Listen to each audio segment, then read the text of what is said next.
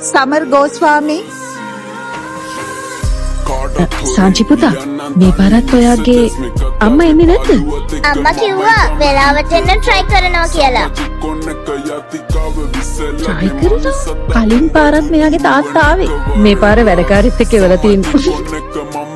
Madam අපේ නම් මේකේ අනිත් පැත්ත. මොන දේ තිබුණත් අපි දෙන්නම එනවා. එහෙමනේ වෙන්න ඕන නේද? අද මෙයාට ඔෆිස් ඒත් ලිව් එකක් දැම්මනේ. ඔව් ඔයාලා දෙන්න නම් හැම දෙයකටම එකටනේ ඉන්නේ. ඒ මොන දේ වුණත් අම්ම කෙනෙක් කෙනෙක් අත්‍යවශ්‍යයි නේ. නැතු ඉතින් තමන්ගේ දරුවන්ගේ වර්ධනය වෙනුවෙන් අම්මා කෙනෙක් කැප වෙන්න එපෙයි. මම මගේ ජොබ් එකේ හොඳම කාලේ තමයි අයින් උනේ. අඩුම තරමේ දරුවන්ගේ දේවල් වලදීවත් වෙලාවට එන්න ඕනේ නේද? මම නම් මුකුත් කියන්නේ නෑ ඒ ගැන. Bye bye. Sandy Sharma. Ma'am මෙයාගේ අම්මා තාම ඇවිල්ලා නැහැනේ. මුලින් අපි එන්නද? මම එන්නද මෑම්? Oh, in officer.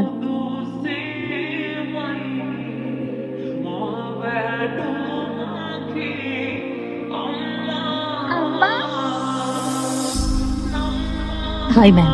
මම හිතනවා මම පරක්කු නෑ කියලා. නෑ ඔෆිස් ඇත්තටම නෑ. ඔයා හරි වෙලාවට ආවේ.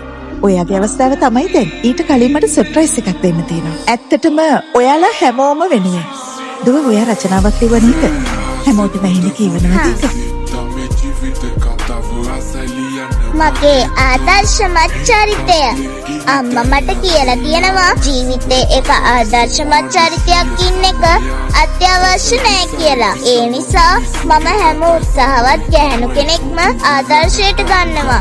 හරියට ඉස්කෝලේදී මගේ ටීචර් පන්තියේ කවුරු පළවෙනියා වුණත් අන්තිමයා වුණත් එයා උත්සාහ කරනවා වෙනසක් නැතිව අපි ඔක්කොටම හොඳට උගන්වන්න.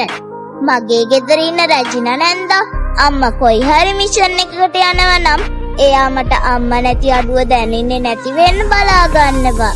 ඒ වගේම මගේ අම්මා එයා අපේ රට වෙනුවෙන් බොහොම වැදගත් රාජකාරියක් ඉටු කරනවා. ඒ අතර එයා try කරනවා හොඳම අම්මා කෙනෙක් වෙන්න.